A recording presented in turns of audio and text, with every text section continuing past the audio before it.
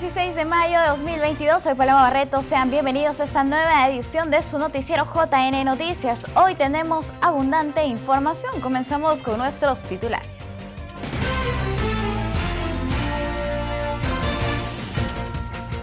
Presidente del Jurado Nacional de Elecciones se reunió con el relator especial de la Comisión Interamericana de Derechos Humanos. JN fiscaliza impresión de acta padrón para internas del 22 de mayo. Y la Central de Operaciones del Proceso Electoral del Jurado Nacional de Elecciones informa acciones con miras a elecciones regionales y municipales.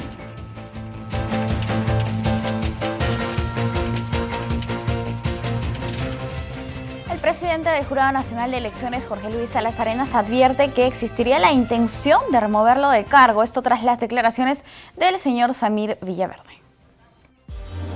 El magíster Jorge Luis Salas Arenas, presidente del JN, indicó que es irracional lo afirmado por el señor Samir Villaverde respecto al presunto fraude electoral, ya que no puede haber pruebas de lo que no es posible.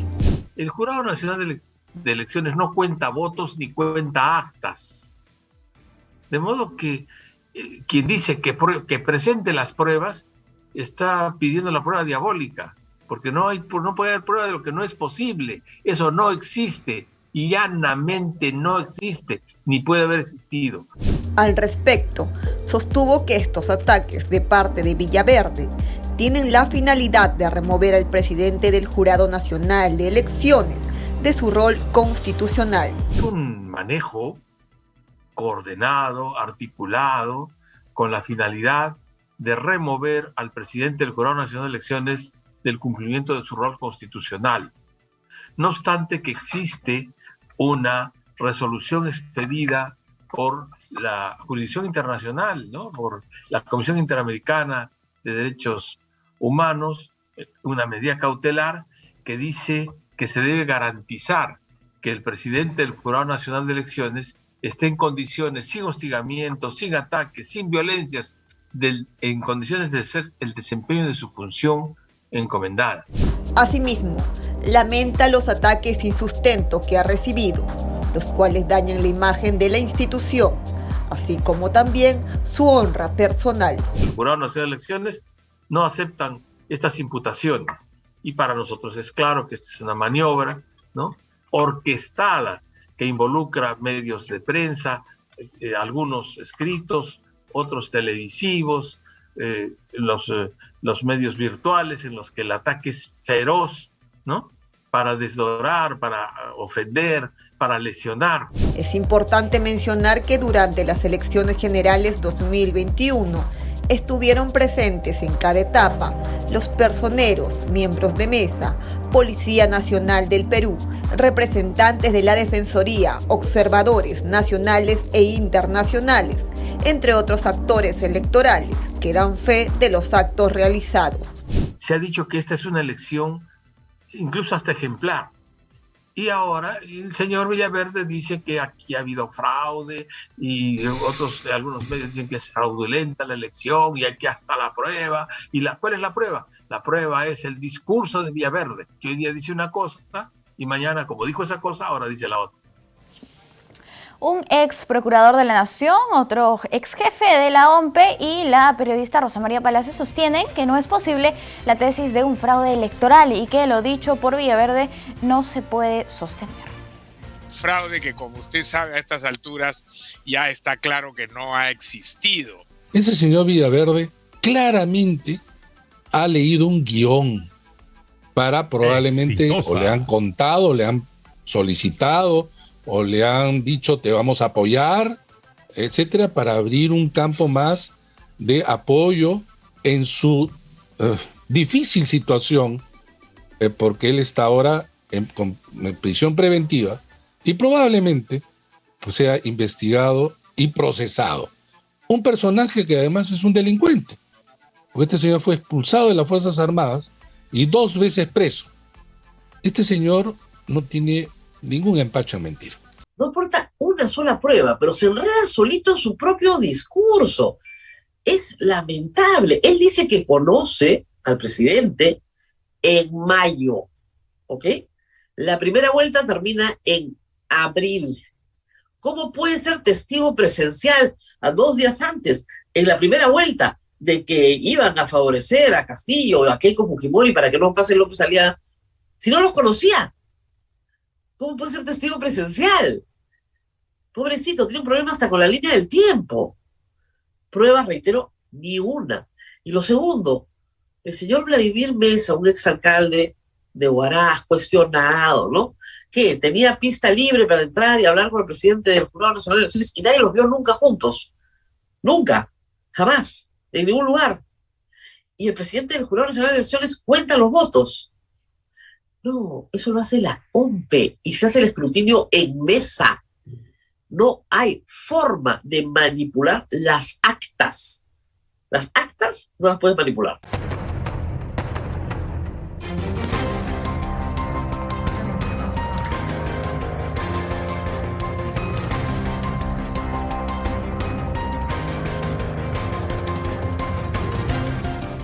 El porcentaje de candidatas para las elecciones internas no representa una mayoría, según informa el JN en su tercera edición de Perfil Electoral. También revela que las candidatas a cargos ejecutivos son de 13% del total de las precandidaturas. El porcentaje de mujeres candidatas en las internas del 2022 es de 43%, es decir, un 3.9% más que en las elecciones internas del 2018, producto de la aplicación de la paridad y alternancia. Así lo reveló el perfil electoral número 3 del JN, en el que se exploran los datos más relevantes sobre la normativa vigente y las listas presentadas a las elecciones internas de este año. Sin embargo, los datos también precisan que las mujeres no representarían una mayoría como se esperaba, ya que en los cargos de consejo solo representan el 48% del total de candidaturas y en los cargos ejecutivos solo el 13% del total de precandidaturas. Estas cifras se obtuvieron como resultado de una encuesta a las candidaturas de las elecciones regionales y municipales. En el caso de las postulantes a vicegobernadoras regionales, representan un mayor porcentaje que los hombres de 71.7%, pero en ninguna región el porcentaje de mujeres precandidatas a gobernadoras regionales es mayor o igual a 50%. Cabe indicar que Perfil Electoral es una investigación de la Dirección Nacional de Educación del JN, cuyo objetivo es analizar la información de los procesos electorales y la producción académica de la institución. El Jurado Nacional de Elecciones aclara que tras los resultados de las elecciones internas, las organizaciones políticas deben presentar sus candidaturas y posteriormente son los jurados electorales especiales quienes declararán la procedencia de las candidaturas. El presidente del Jurado Electoral Especial de Lima Centro precisó que los ganadores de las elecciones internas son precandidatos y que pasarán a ser candidatos una vez que los jurados electorales especiales declaren la procedencia de dichas candidaturas. Ellos son los precandidatos que presentan los partidos políticos o las agrupaciones. Eso lo va a verificar el filtro oficial, lo verifican los jurados electorales especiales. Recién ahí se puede considerar ya una lista oficial para entrar a la candidatura. Pero aparte de ello también están las tachas. Entonces, los jurados también tenemos que resolver las tachas que se puedan presentar contra determinado candidato. En esa misma línea, la directora nacional de fiscalización, Jessica Clavijo, aclaró que son los jurados electorales especiales quienes realizarán la calificación de cada una de las candidaturas. Es el área jurisdiccional, no de fiscalización, sino jurisdiccional, la que se encarga de esta importante etapa que es la calificación de estas listas de candidatos, es decir, que se cumple con los requisitos, que no están inmersos en impedimentos, y esta calificación también involucra no solamente a los jurados electorales especiales, sino también a la ciudadanía que tiene la posibilidad de presentar tachas. Cuando se agota esta etapa es que quedan finalmente inscritas las listas de candidatos. De esta manera, los jurados electorales especiales cumplen con su función jurisdiccional según la circunscripción que les corresponda. El Jurado Nacional de Elecciones fiscaliza la impresión del acta padrón para las elecciones internas que se realizará este domingo 22 de mayo. Como vemos, el personal de fiscalización llegó a la sede de Independencia y ATE de la OMPE, donde supervisan las listas de electores de las organizaciones políticas que optaron por la modalidad indirecta. Tenemos en este momento precisamente las imágenes que muestran al fiscalizador del Jurado Nacional de Elecciones. Recordemos además que el Jurado Nacional de Elecciones hace la fiscalización de todo el proceso electoral, de cada uno de los hitos que están contemplados en el cronograma.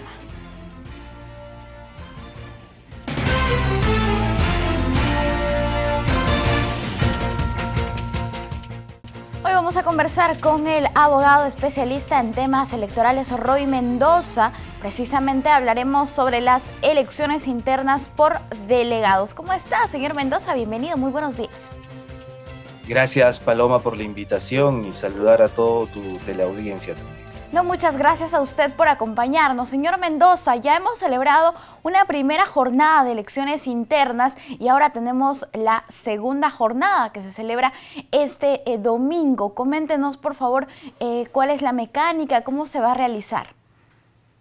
Sí, hasta donde tenemos la información, estas elecciones que se realizarán en una segunda parte, que es el 22 de mayo, a través de los delegados que fueron electos el 15 de mayo. O sea, la semana pasada, a través de la votación directa de los afiliados, se han elegido no solamente ya las candidaturas de listas y fórmulas de las organizaciones políticas que optaron por esa modalidad, sino también se han elegido a los delegados, ¿no?, de las organizaciones políticas que optaron por la segunda modalidad, que es la indirecta. Entonces ahora, estos delegados que el Jurado Nacional de Elecciones ha informado que son en cantidad de 1.700, son los que van a acudir a las urnas para poder elegir las listas y fórmulas de la circunscripción según la cual su organización política ha informado a OMPE, ¿no? Recordemos que las organizaciones políticas que habían elegido por la modalidad indirecta tenían hasta el 26 de marzo para informar a OMPE quiénes iban a ser los delegados que iban a participar y a su vez cuál es el ámbito y alcance de estos delegados, ¿no? Por ejemplo, Fuerza Popular había informado, ¿no?, que tenía listas de delegados y el ámbito de delegados era a nivel macrorregional. Esa macrorregión, por ejemplo, sur, ¿no?, incluye algunas regiones, la macrorregión norte, otras, y así macrorregión Lima también.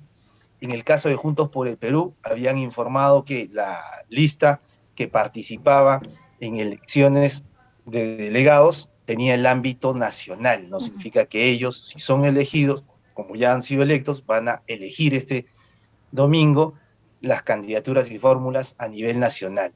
Y, por ejemplo, en el caso de de Perú Libre, ¿no?, ellos eligen los delegados o han elegido los delegados y su ámbito de elección para este domingo va a ser departamental, ¿no? O sea, ellos van a escoger las candidaturas en las regiones, provincias y distritos de la lista que ha sido elegida por esos departamentos, ¿no? Entonces, las organizaciones políticas han informado a OMPE y a su vez también les han mencionado cuál es el alcance en los que van a elegir estos delegados. Claro. Señor Roy, en ese sentido, la Oficina Nacional de Procesos Electorales, ¿cuántos locales de votación ha previsto a nivel nacional y cuál sería su ubicación? Hasta donde tengo entendido, se han previsto 26 locales de votación. Bien. Ahora, sí. Sí, ¿y cuál sería, doctor, el mecanismo? ¿Es que los delegados van a ir y van a tener una cédula de sufragio, van a ingresar a la Cámara Secreta y posteriormente van a depositarla en un ánfora? Según lo que se establece en la resolución gerencial 1639, que regula las elecciones internas de OMPE, ¿no?, resolución gerencial 1639 de OMPE, establece que OMPE establece un mecanismo de votación según el ámbito de competencia de los delegados. Entonces, OMPE es el que diseña la cédula, OMPE es el que les va a facilitar para que los delegados vayan a sufragar, ¿no?, y depositar sus votos según la lista que ellos elijan o fórmula en las ánforas. Ese es el mecanismo. Claro. La mayoría de organizaciones políticas han escogido esta modalidad indirecta a través de los delegados. ¿Por qué considera usted que prefieren este tipo de elección las organizaciones políticas actualmente en nuestro país? Bueno, recordemos que esta es la primera vez que se organiza unas elecciones así como las estamos viendo, ¿no? Anteriormente, las organizaciones políticas también escogían esta modalidad indirecta porque podrían ellos de repente entender que podían manejarlo de manera más fácilmente, ¿no? Entonces, esa concepción se ha trasladado al momento de que la ley 31.357 le da las opciones de votación directa o votación indirecta, ¿no? Entonces ellos eligen la votación indirecta como es tradicionalmente una opción elegida en los procesos anteriores, ¿no? Pero estas elecciones tienen otro formato, aún así siendo indirectas, ¿no? Entonces yo creo que es por la comodidad que ellos piensan tener al momento de organizarse de manera indirecta. Claro, y a su parecer, ¿cuál considera que sería la manera de elección más democrática? No, evidentemente es la de un afiliado, un voto, ¿no? La votación directa, donde los afiliados participen y cada afiliado elija, ¿no?, sus candidaturas. ¿No? Esa es la manera más democrática que podría haber de participación. En la primera jornada de votación, señor Mendoza, hemos observado un gran porcentaje de ausentismo, incluso hasta un 90%. ¿Cómo cree que va a ser esta segunda jornada? ¿La situación será diferente porque se trata de delegados? No, acá sí es distinto, ¿no? Porque los delegados sí ya, ellos han sido electos y ellos son los que van a ir a votar. El universo de votantes es totalmente reducido, a diferencia de lo del 15 de mayo, ¿no? Lo del 15 de mayo, el ausentismo se explica evidentemente porque las cifras que se reportan como afiliados a las organizaciones políticas no es la real, ¿no? Los partidos políticos hoy en día no son orgánicos, no hay una debilidad institucional en los partidos. Entonces, eso explica pues que el 5% haya participado en el 2020 y hoy en día el 10% de afiliados, ¿no? Entonces, acá es distinto, acá son los delegados los que van a ir a sufragar, de modo que yo creo que va a ser el 100%. Y desde su expertise, señor Mendoza, ¿podría comentarnos qué le parece a usted que se cambie la modalidad, que se aplique las PASO, primarias abiertas, simultáneas y obligatorias? ¿Usted cree que esto mejore la calidad de la democracia en nuestro país y también fortalezca las organizaciones políticas? Las PASO es un mecanismo que permite la participación no solamente de afiliados, sino también de la ciudadanía a efectos de escoger las candidaturas, ¿no? Y creo que eso sí aporta a la construcción de una democracia y a la legitimidad de quienes vayan a participar y competir para acceder a cargos públicos. Creo que sí, las PASO es una buena opción. Lamentablemente la estamos postergando ya en 2 oportunidades. Bien, entonces se tendría que trabajar en ese sentido, sobre todo desde el Congreso de la República, quienes recientemente han retrocedido en el tema de la reforma política, ¿verdad? Así es. Bien, listo. Señor Mendoza, muchísimas gracias por acompañarnos. Ha sido un gusto conversar con usted, que nos explique cómo va a funcionar la jornada de este domingo. Hasta una próxima oportunidad. Gracias. Muchas gracias, Paloma. Hasta Gracias, luego. Cuídese. Nosotros hemos conversado con el abogado especialista en Derecho Electoral, señor Roy Mendoza. Vamos a hacer una pausa, pero antes les dejamos con un dato electoral muy interesante respecto a la región Amazonas.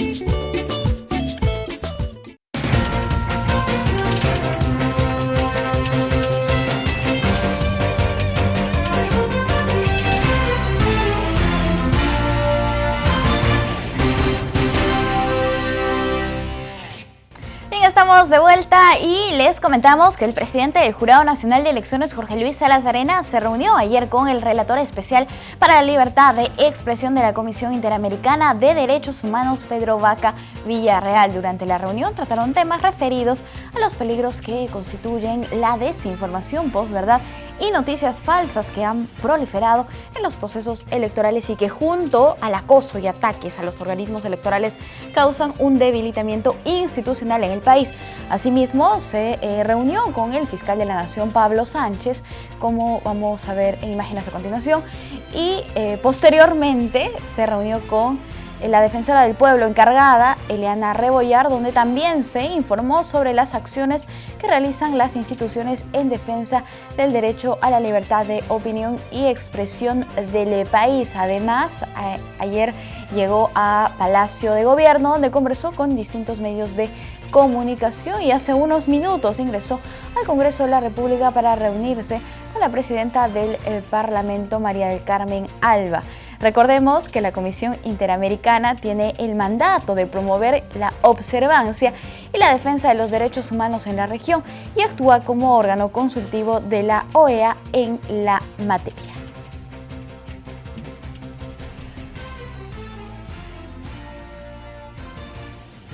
Bien, ahora tenemos más información y tenemos la última edición en video de la campaña Formando Cultura Electoral. En la política y en todos los ámbitos de nuestro país deben estar representados todos y todas los peruanos, ¿no? Entonces, los grupos minoritarios, por supuesto, somos parte de los peruanos y peruanas. Entonces, tenemos que tener representación política, porque es la única manera en que se canalicen adecuadamente nuestras demandas. En Perú existen muchos grupos considerados en estado de vulnerabilidad. Estos son las personas indígenas, afrodescendientes, personas con discapacidad, LGTBIQ.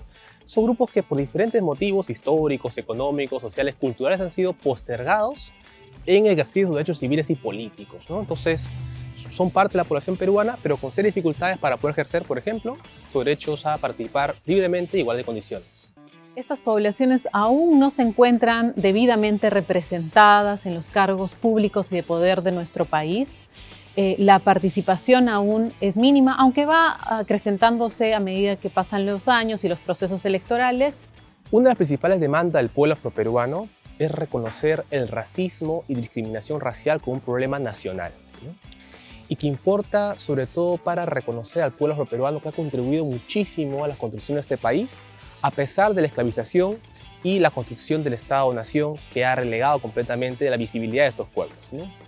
Pero específicamente hablando de la población trans y la población LGBT, las demandas principalmente tienen que ver con que el Estado garantice derechos. Hay que tener claro que la población LGTBIQ+, si bien está agrupada con estas siglas, dentro de cada grupo humano hay demandas específicas que hay que atender, ¿no? En el caso de los pueblos indígenas, una de las principales demandas tiene que ver con la representación y participación política de estos pueblos en todos los niveles de gobierno, ya sea de elección popular o de designación. Existe una brecha de derechos humanos como la educación, la salud, pero también en el tema de la participación política no son integrantes de las organizaciones políticas.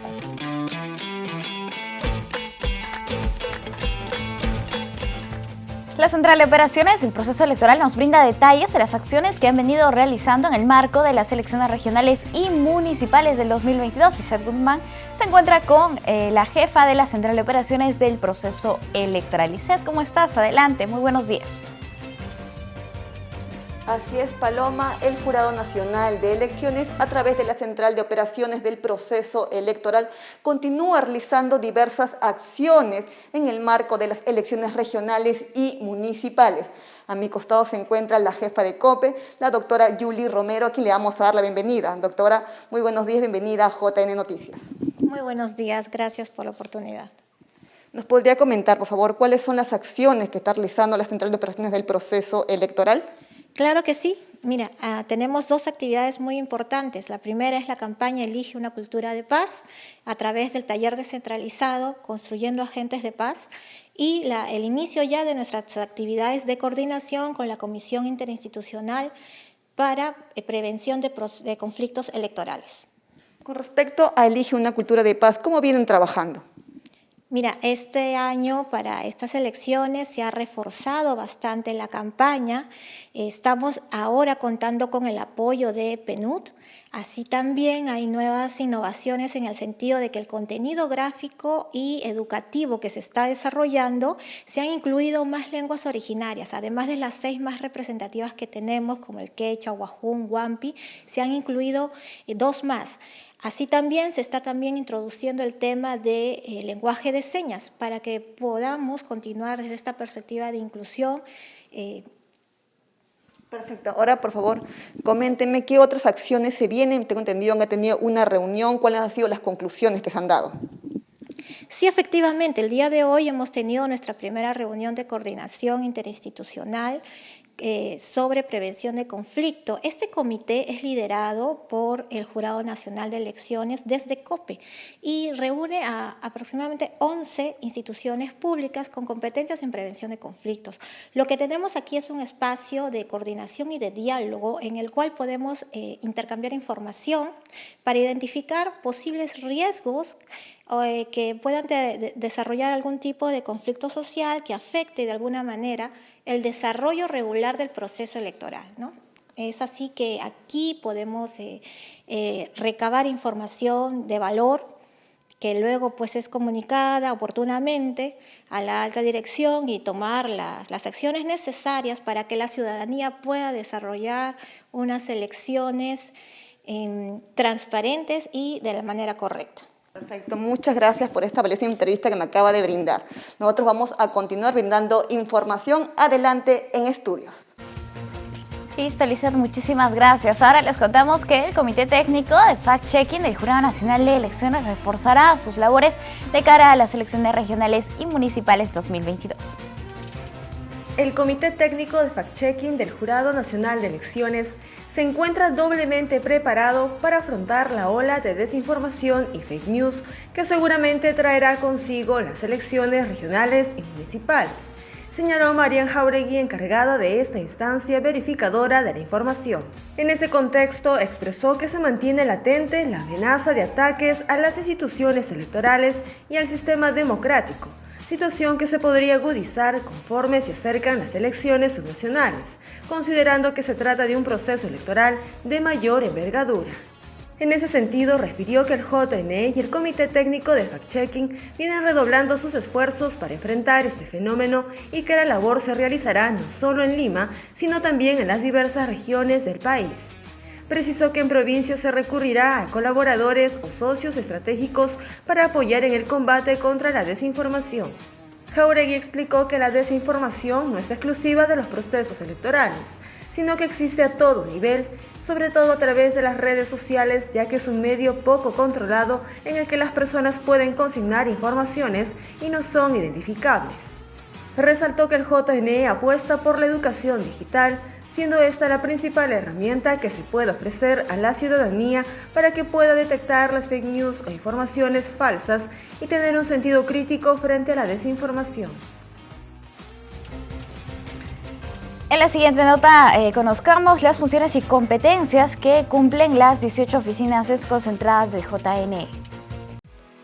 Las oficinas desconcentradas del Jurado Nacional de Elecciones tienen la finalidad de llegar a la ciudadanía a nivel nacional y así descentralizar los servicios del máximo ente electoral y cobra mayor importancia por los comicios regionales y municipales de este año. Las oficinas desconcentradas eran antes llamadas unidades regionales de enlace. Iniciaron su labor electoral desde el 2011, 11 años en los que están establecidos acercando al Jurado Nacional de Elecciones al ciudadano. Por ello, conozcamos qué funciones cumplen las oficinas desconcentradas, entre ellas la orientación al ciudadano, trámites de dispensas y justificaciones, recepción de solicitudes de vacancia y suspensión de autoridades regionales y municipales, desafiliaciones y renuncias, inscripción de organizaciones políticas, formación cívico-ciudadana e inscripción de encuestadoras. Sobre las competencias de cada oficina desconcentrada, tengamos en cuenta que algunas de ellas están ubicadas estratégicamente para atender a más de una localidad. Ahora las 18 oficinas del Jurado Nacional de Elecciones son o de Amazonas, con sede en Chachapoyas, o de San Martín, con sede en Tarapoto, o de Huánuco, o de Loreto, en Iquitos, o de Ucayali, con sede Coronel Portillo, o de Madre de Dios, con sede Puerto Maldonado, o de Cusco, o de Puno, o de Tacna, en Arequipa, en Ayacucho, en Ica, en Junín, con la sede en Huancayo, o de Ancash, con sede en Huaraz, o de Lambayeque, con sede en Chiclayo, o de Piura, y finalmente la oficina desconcentrada Cajamarca. Recordemos que las oficinas desconcentradas funcionan de manera permanente, aun cuando termine el proceso electoral, a diferencia de los jurados electorales especiales. Los interesados en acudir a las diferentes oficinas desconcentradas del JNE podrán hacerlo en el horario de atención de 9 de la mañana a 4 de la tarde, horario sin interrupción. Asimismo, pueden obtener información en la página web www.jne.gov.pe, hacer clic en la pestaña de oficinas desconcentradas y así encontrar la ubicación, teléfono y el correo, entre otros detalles de todas las oficinas. Con los comicios cada vez más cerca, se recuerda la importancia de contar con el DNI actualizado. Por ello, el RENIEC informó que a la fecha cerca de 1 millón de ciudadanos no recogen su DNI. Veamos los detalles. A 4 meses de las elecciones regionales y municipales, el Registro Nacional de Identificación y Estado Civil informa que un total de 953.930 peruanos no han recogido su documento nacional de identidad en las sedes registrales. En esa línea, la mayor cantidad se encuentra en Lima, con más de 328.000 DNI por recoger, seguido de Piura con más de 114.000, y la menor cantidad de documentos por entregar se encuentra en Huancavelica con 7.076.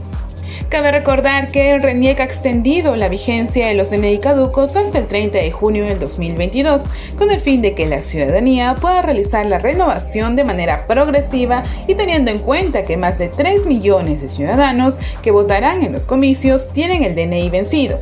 Sin embargo, pueden utilizar su documento para realizar todo tipo de trámites. El pedido del RENIEC es claro: que las empresas y entidades públicas y privadas respeten la ampliación de la vigencia del documento de identidad. En ese sentido, a fin de facilitar a los ciudadanos el recojo de su DNI, el RENIEC ha dispuesto la atención los días sábados en horario de 8:15 de la mañana a 12:45 del mediodía en 200 centros de atención para la entrega del DNI tramitado. La Dirección Nacional de Educación y Formación Cívica Ciudadana del JNE realizó el evento Asistencia Técnica para una inscripción eficaz en las elecciones regionales y municipales 2022, con el fin de que las organizaciones políticas tengan un conocimiento adecuado de dicho procedimiento electoral.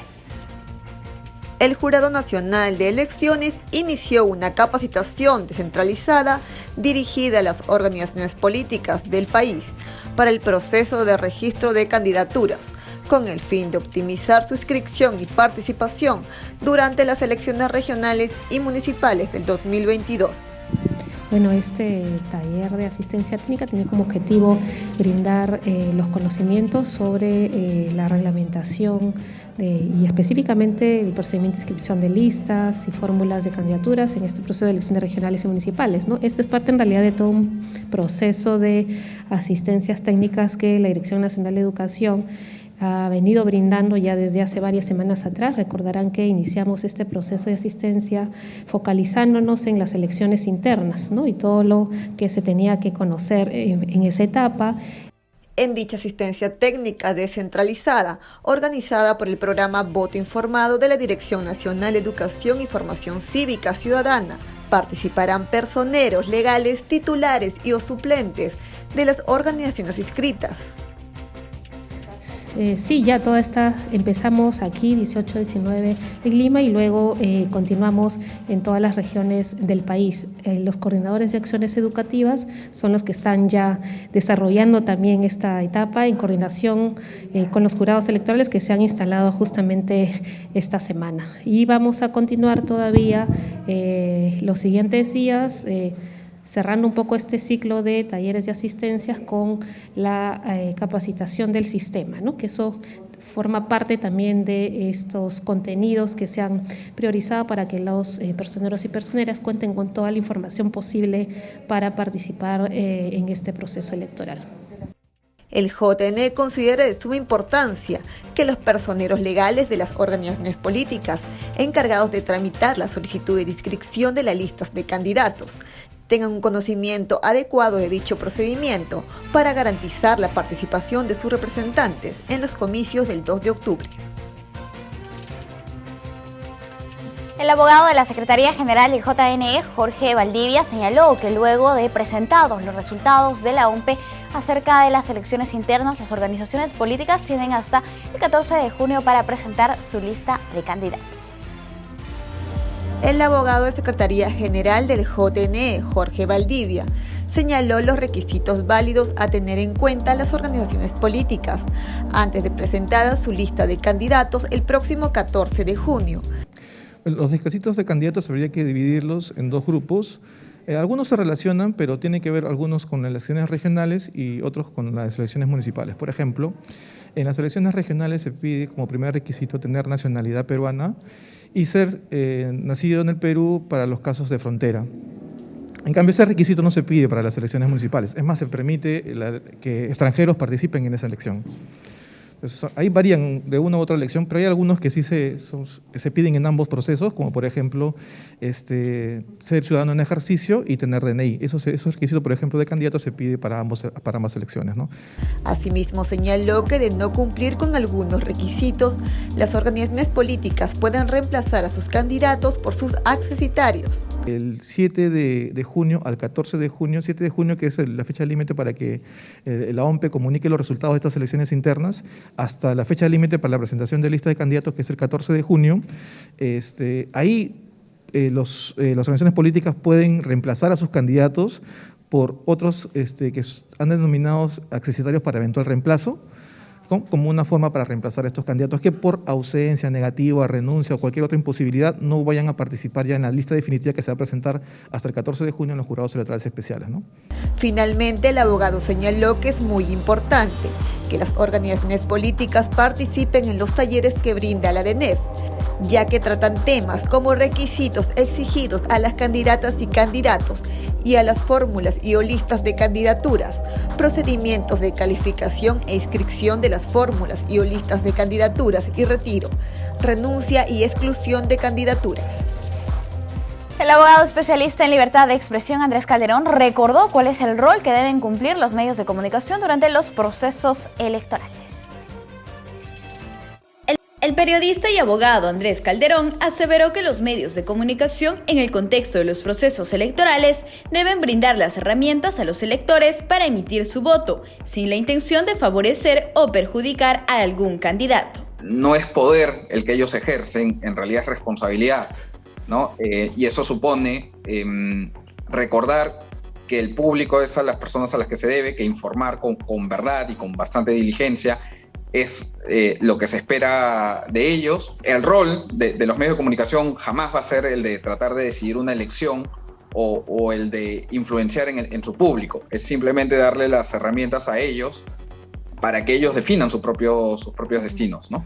En otro momento, el autor del libro Política y Prensa reflexionó sobre cómo los medios de comunicación pueden mejorar la cobertura de las candidaturas en campaña. Ser un poco más metódicos en la medición de los tiempos y los espacios que se otorgan a los candidatos, de manera tal que si en algún momento alguien puede preguntar por qué se le está dando tanto espacio a un candidato en particular o una postura, esta encuentra algún respaldo en la atención ciudadana que se está prestando a esa persona, no porque se quiere favorecer a uno o se quiere perjudicar a otro, ¿no? De la misma forma, eso es algo que se debería tomar en cuenta cuando se omite información sobre candidatos que ya están concitando la atención del público. Finalmente, Calderón explicó que los medios de comunicación tienen una gran responsabilidad para enfrentar discursos de desinformación.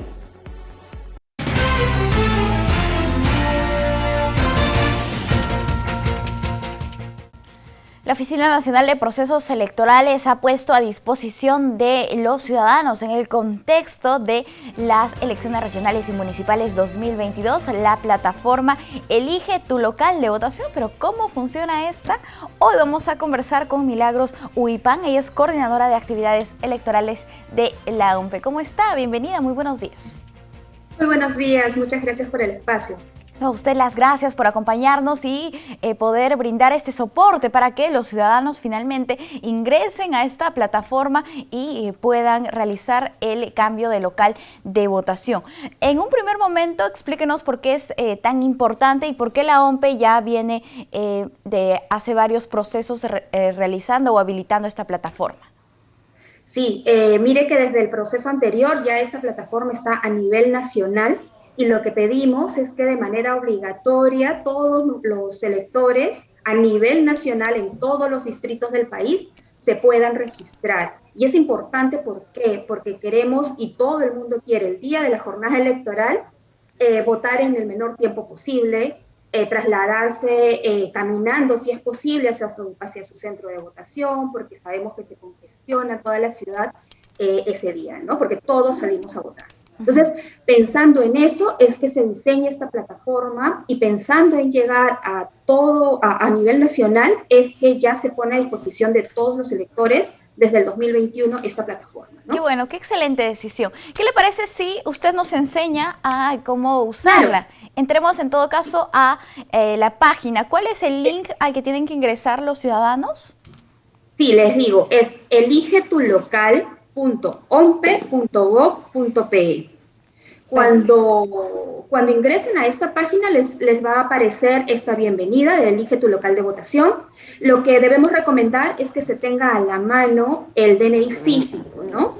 Y nosotros para este proceso electoral del 2022 hemos también aplicado otras validaciones para revisar la identidad del elector, ¿no? Y evitar suplantaciones o que alguien tenga el DNI de otra persona y pueda hacer uso de este aplicativo. Perfecto. Entonces, entramos al Elige tu local, le damos clic en ingresar. En empezar, sí. Sí.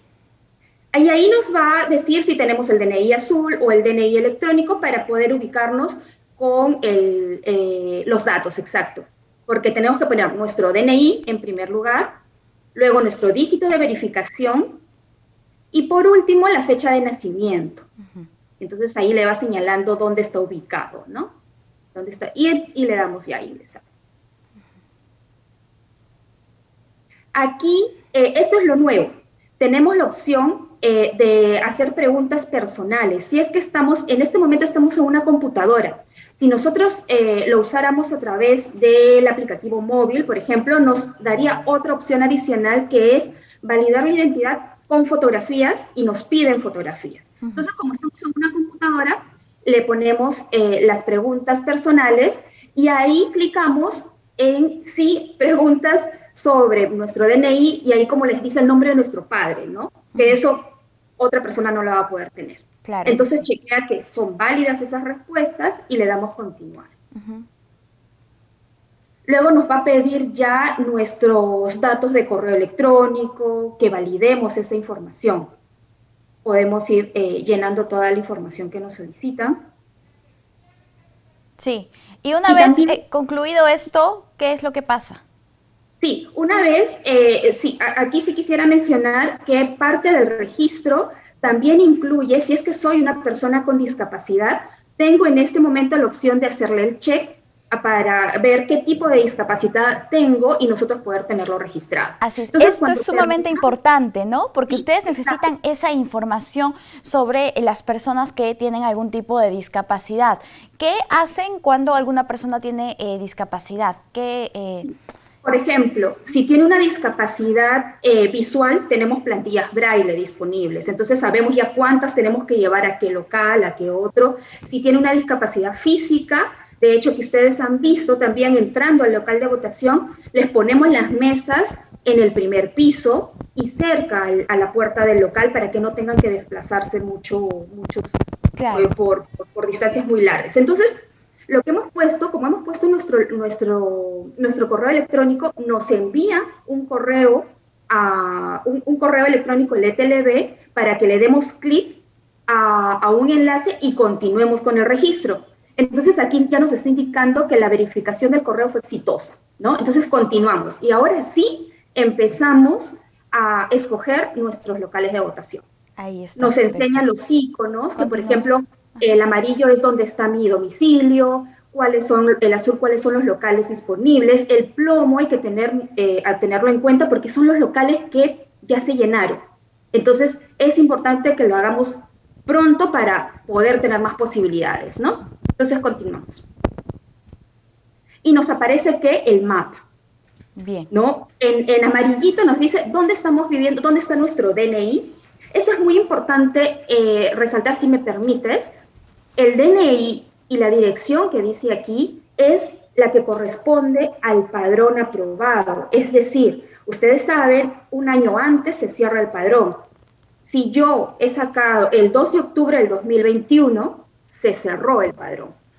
Si yo he hecho algún cambio de domicilio después de octubre del 2021, en diciembre o hace un mes, no me va a salir ese dato porque no pertenece al padrón oficial aprobado. Entonces tengo que poner los datos anteriores. Entonces me muestra el domicilio y yo elijo algún local cercano. En verde están propuestos los locales más cercanos al domicilio. Digamos, es una ayuda para el elector o electora decir, estos son los locales que tengo más cerca a mi casa, pero puedo elegir otro, ¿no? Claro, entonces vamos seleccionando uno a uno los locales de votación. Cuando seleccionamos uno, en la parte izquierda nos va a mostrar la fachada del local, como para reconocerlo efectivamente si ese es el que he elegido. Claro. Entonces le doy a elegir.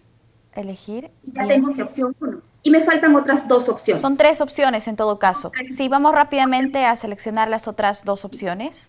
Volvemos al mapa y seleccionamos otros 2 locales de votación. Bien, perfecto. Entonces nuevamente la foto, le doy a elegir. Y por último, ya el tercer local que yo preferiría. Esto es, si por ejemplo yo me registro el 3 de junio, que es el último día, ¿no? Y tengo mis 3 opciones, ahí está, ya terminé de elegir y le doy sí, guardar la información. Nosotros vamos a, cuando termine ya todo el registro del ETLB, vamos a conformar las mesas de sufragio por local de votación.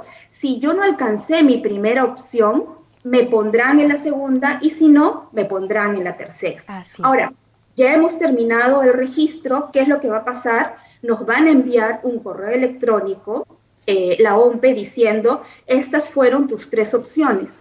Y tengo una oportunidad más para poder cambiar, si por ejemplo elegí mal, pero quiero cambiar, tengo una posibilidad más, ¿no? Y nuevamente me enviará un correo y ahí también nos indica que en septiembre ya nos confirmarán finalmente en cuál de las 3 opciones estoy. Ahí está, qué excelente. Y el sistema ya por defecto te indica que tú solo puedes cambiar tu local de votación a tu distrito, ¿no?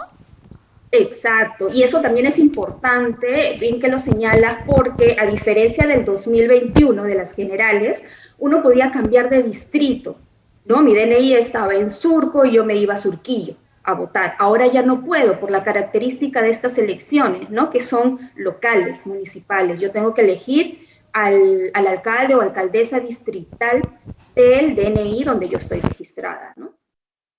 Ahora, cuéntenos qué pasa si en una elección anterior, en las elecciones generales 2021, yo ya he cambiado mi local de votación y he puesto mis preferencias. ¿Esto se mantiene o se empieza de cero totalmente? Se empieza de cero. Hay mucho riesgo en que si yo no me registro, puede que muchas personas elijan el local donde yo he estado en el 2021 y ya no tengo cupo. Y la OMPE tendrá que buscar otro local dentro del mismo distrito para ubicarlo. Es por eso que estamos recomendando el registro de todos los electores. Somos más de 24 millones de electores y esperamos que se registren no solo en las ciudades, sino también en los distritos un poco más alejados, porque también tenemos locales de votación disponibles en centros poblados, alejados de la capital de su distrito. Excelente. ¿Cuántos locales de votación están poniendo ahora a elegir a nivel nacional? Sí, son más de 11.000 locales de votación a nivel nacional. Y desde cualquier plataforma, ya sea por una computadora, como lo hemos hecho ahora, por el teléfono móvil, o también por Telegram. Tenemos un robot que paso a paso, así como lo hemos visto ahora, nos va a indicar que toda la información que necesita para registrarnos. Entonces, para los que usan el Telegram, podrían ingresar a @etlbbot. Bien, señora Milagros, en todo caso hay que recordar que esta plataforma está habilitada hasta el 3 de junio. La plataforma además es bastante intuitiva y amigable para todos los ciudadanos. Nosotros tenemos que hacer una brevísima pausa. Volvemos.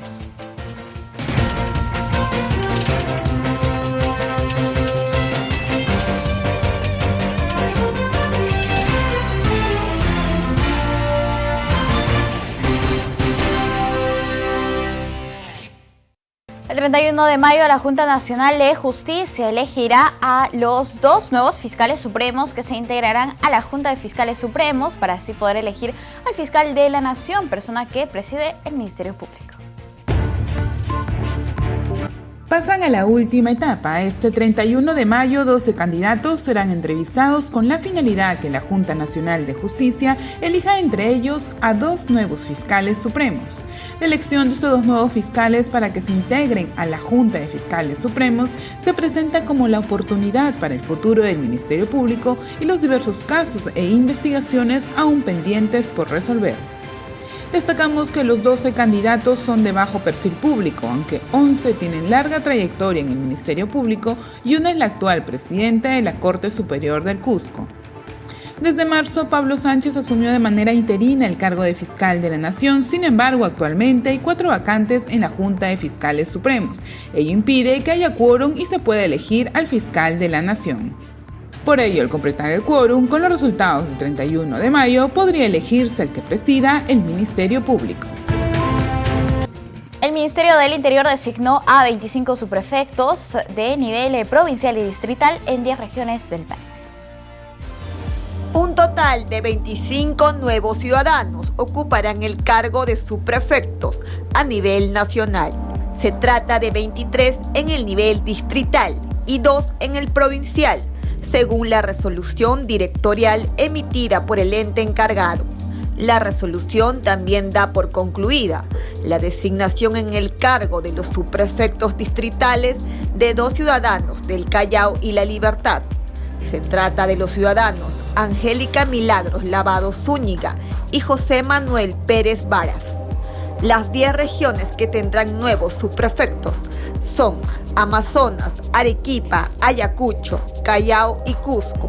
Asimismo, Huánuco, La Libertad, Lima, la cual incluye a Lima Provincias, Pasco y Puno. La resolución precisa que las propuestas presentadas por la Dirección de Autoridades Políticas cumplen con el perfil y los estándares del Ministerio del Interior. Nos enlazamos con Kerstinina, quien se encuentra en el Centro de Documentación e Información Electoral del JNI. Nos tiene novedades sobre el arribo de nuevas publicaciones de la entidad. Gracias por el pase, Paloma. Muy buenos días a todos nuestros televidentes que nos ven. Yo me encuentro en el Centro de Documentación e Información Electoral CEDIE del JNE. A mi lado está Rosa Panizo. Ella es bibliotecóloga y porque nos tiene información importante. Acaba de llegar nuevas publicaciones del Fondo Editorial y queremos conocer cuáles son, cuáles se tratan. Muy buenos días. Buenos días contigo y con toda la audiencia. Presentarles las últimas publicaciones que ha editado el Fondo Editorial. Esta es la ultimita, como se diría, Elecciones bajo la lupa, ¿no? Que ha estado a cargo de la área de la Dirección de Cooperación Internacional, del JNE. Bueno, después tenemos la identidad necesaria, que ha sido editada, o sea, que estuvo a cargo de NEF, ¿no? Es la Dirección Nacional de Educación del JNE. Y bueno, y después tenemos estas publicaciones que tenemos acá, el desafío de las ánforas, que ha sido elaborado por COPE, la utopía de la democracia, del doctor Raúl Chanamé, Ciudadanía y Representación en el Perú, de Chiamonti, que es una coedición del jurado de NEF con San Marcos. Y después tenemos estas que son de la Escuela Electoral, ¿no? El de Reformas Inclusivas, Actores Críticos y Representación Política, de Flavia Freidenberg, y Democracia, Participación de la Mujer en el Perú, del doctor José Tello. Y esa también es de la Escuela, sobre delitos electorales e integridad electoral comparada. Tenemos un total de casi aquí como 8 libros en total. Y bueno, es importante destacar que estas publicaciones también se exhiben en la Feria Internacional del Libro en Buenos Aires. Coméntenos de esa novedad. Bueno, el jurado fue invitado a participar y hemos enviado un aproximado de 20 títulos que corresponden a las ediciones de los años 20-21. De esta forma, el Jurado Nacional de Elecciones tiene un impacto a nivel internacional porque su publicación, tanto política, electoral, se da a conocer. Exacto. Y bueno, y esperamos que pronto también tengamos el repositorio institucional, ¿no? Donde tendríamos todas las publicaciones que ha editado el jurado desde, bueno, aproximadamente 1995, ¿no? Estas publicaciones, el público puede acceder, puede comprarlo, adquirirlo. ¿Cómo hacer? Bueno, todas las publicaciones están a la venta acá en el CDIE, ¿no? En el local de Nicolás de Piérola. Pero hay algunas publicaciones como Ciudadanía, La Utopía, La Identidad, que también se pueden conseguir en la librería El Virrey. Muchísimas gracias por la información. Por favor, recálquenos el horario de atención para que el público lo tenga presente. Bueno, ahora estamos ya atendiendo de lunes a viernes de 9 a 1 y de 2 a 4. Muy bien, muchísimas gracias Rosa Panizo, bibliotecóloga del CDIE del JN. Esta es la información. Paloma, regresamos contigo a estudios. Adelante. Muchísimas gracias por esta valiosa información, Kersti. Nosotros no tenemos tiempo para más. Queridos amigos, muchas gracias por acompañarnos. Para más información electoral, sintoniza el canal 516 de Movistar TV, las redes de JN y la señal de nuestros canales aliados. Los dejamos ahora con una importante información de la Oficina Desconcentrada de Amazonas.